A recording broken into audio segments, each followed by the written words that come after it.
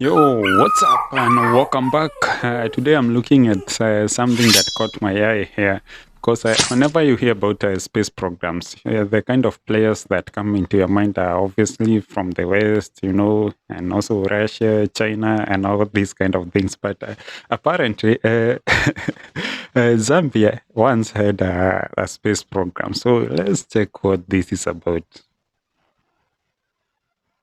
Today there are many countries with their own space programs, but only 3 nations have ever launched their own crewed spacecraft: the US, Russia, and China. China's capabilities here are largely attributed to the Russians letting them copy their homework, but American and Russian space programs date back to the 50s and were fueled by mutual rivalry to develop space flight capability, known as the space race. The space race saw the United States and the Soviet Union compete to create the first artificial satellite, put the first human in space, and put the first man on the moon. But there was an unlikely third competitor that threatened to beat them both: the African nation of Zambia. Yes, in the 1960s, Zambia had its own space program, although, well, if you've ever seen Ghana's advanced military hardware,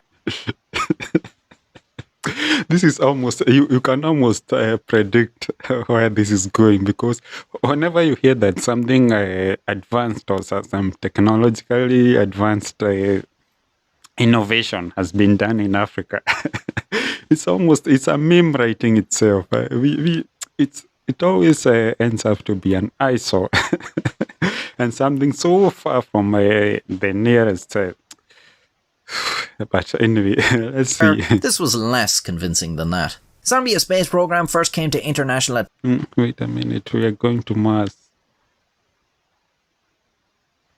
with a space girl, 2 cats, and a missionary. You can almost, as I said, you can almost tell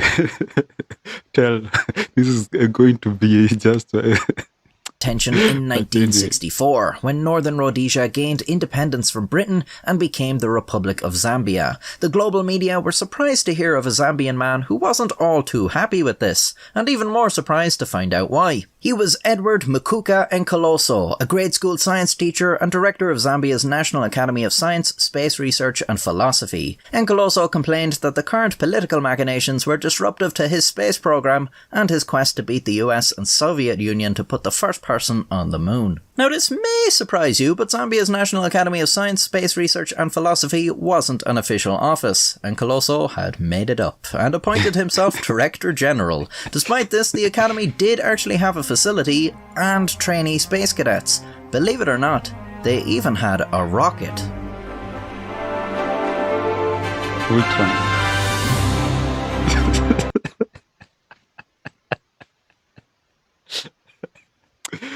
This is a big joke, and it's sad because, of course, as an African, I would be happy if we would come up with some of these things. Not even these so much advanced things like space exploration, even the small things like just making cars, or the simple things, making smartphones and the like, things that we can use in daily life. Because it's highly disappointing that we even not phones and whatever, even things such as toothpicks and plates. It's sad that we import most of these things that making them is so simple, and you wonder why we are not able to.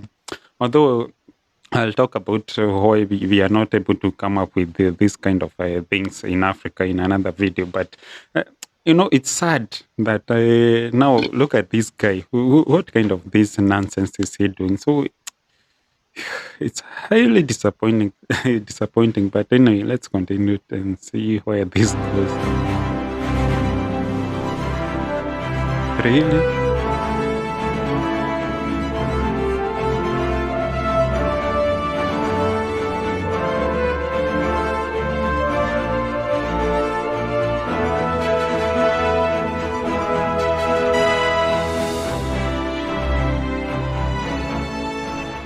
As you can see, it's less state-of-the-art and more just state. As in, look at the state of all this shite. Yeah, the Academy's facility was an abandoned farm, and Encoloso's dozen trainee astronauts, or Afronauts as he called them, were little more than teenagers. Training exercises included being put in an oil drum and rolled down the hill, and swinging from a tree on... Such things are the ones that help build up this, this stereotype that people have about Africans being just dumb and backwards. Because now doing this, he said he's a science teacher in some school. But you see the kind of nonsense. Instead of promoting and encouraging the little kids to come up with good innovations, he's just making as I said, it's a meme writing itself, because these are very stupid.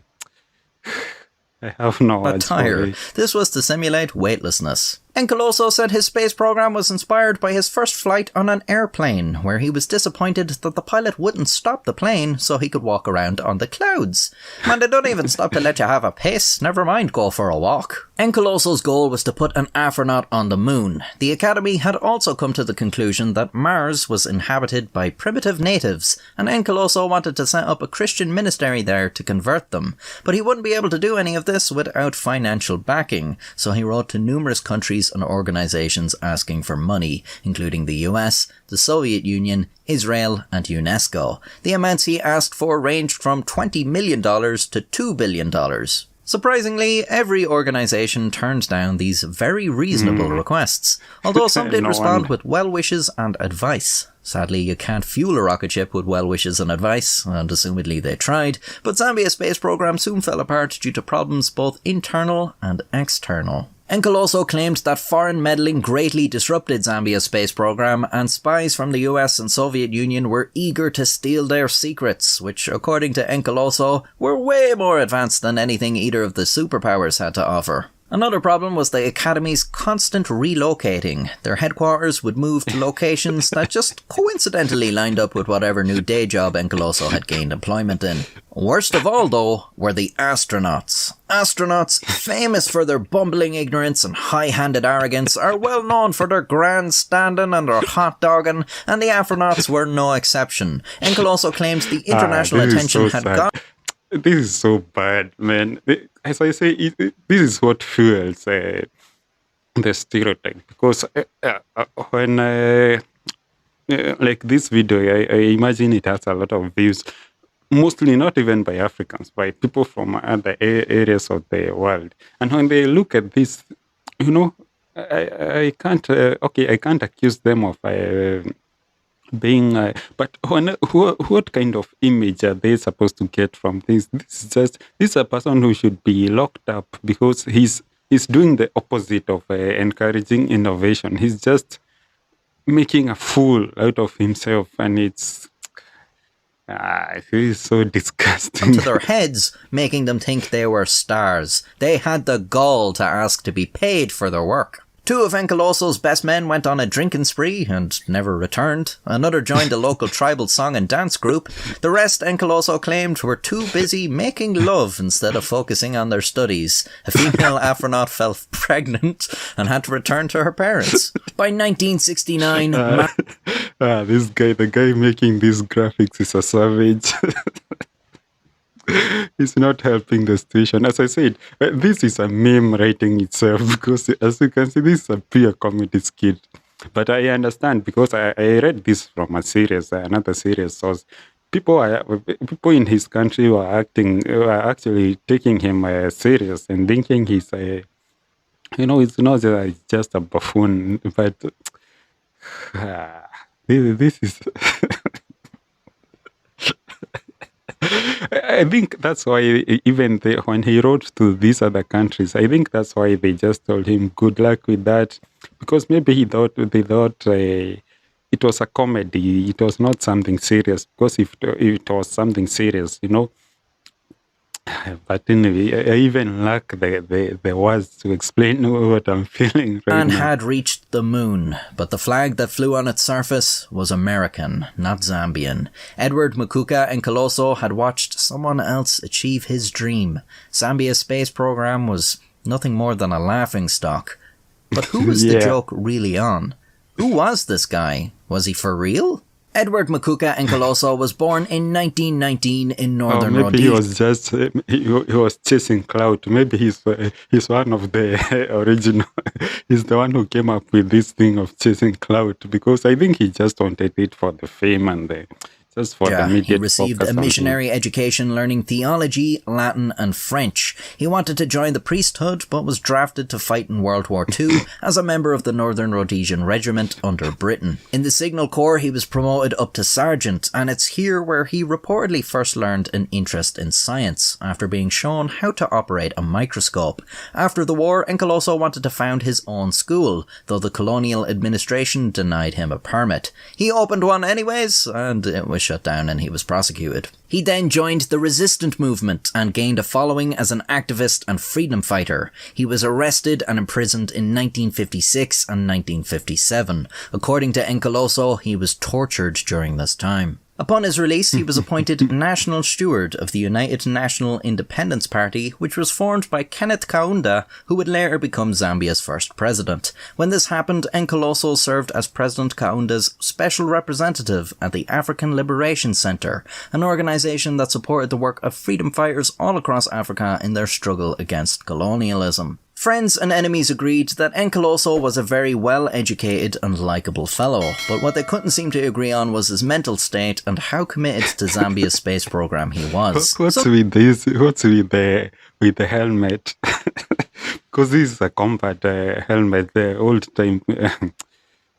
This guy is just he's a lunatic. Some say he was just eccentric, others say he was crazy. There's even the view that his mind was broken by the torture during his arrest and imprisonment, and he was never the same again. As such, there are several theories that explain the motivations behind the Zambian space program. The first is that it was all done in earnest, and Nkoloso really believed he could put an Afronaut on the moon. The second is that it was just a bit of harmless fun, and maybe even a bit of a satire of colonialist attitudes towards Africa. While the global media was busy making a mockery of Zambia's space program, maybe they hadn't realised that the Zambian space program had made a mockery of them. There's a metal band I like called Gwar, and they dress up in these ridiculous costumes and play the part of intergalactic aliens. I find people's first reaction to this is either utter bewilderment or smug condescension. Oh, you like these clowns? This is like a child's idea of cool. Look at their silly costumes. I think the Zambia space program... Yeah, by the on some... I think of... If you go by that reasoning, yeah, you could see this as a satire. Maybe he's just making fun of all these countries trying to, at that time there was a space race. Maybe he was just making a mockery of them. And then he just pretends, he takes on the act far enough such that now you think he's the fool. But maybe, I don't know, but maybe that's just a rationalization, but... might be a little bit like Gwar in this regard. Like, good job, genius, you got the point of it being a joke, but have now somehow convinced yourself it's you who's playing it on them. How long do you make it through a Three Stooges movie before proclaiming, hey, these guys are a bunch of morons? I think the whole converting the primitive Martians thing is probably the best evidence of this. That seems like a subtle wink and a nod sort of thing. The third theory is that the space program was merely a front for freedom-fighting operations, and Nkoloso was using it to teach young recruits covertly. Maybe if you're widely known as the village idiot who thinks he's a space... No. Out of all those theories, this one I refuse, because when the British, at that time, it's when they were they were just giving up on most of the countries in Africa and going back to Britain. But at that time, they were so, the years preceding that, they were so good at knowing when you're doing something covertly to undermine the establishment. But so I don't think this has anything to do with freedom fighting. Okay, in one... looking at it from one angle, he could have done this just because at that time, no one was caring whether about colonization in Africa and everything. Maybe he could have, maybe he used this method so that more people can look at what's happening in Africa. But That's just a theory I have just come up with just from looking at Man, this. it's easier to explain why you have certain chemicals and materials in your possession. Enkel also worked as a teacher on and off throughout his life, teaching Latin, science, and maths. In 1983, he received a law degree from the University of Zambia. Sadly, in 1989, he passed away at the age of 70. He was buried with presidential honours. In tribute to Enkeloso's contributions to space travel, I will be setting up my own space program.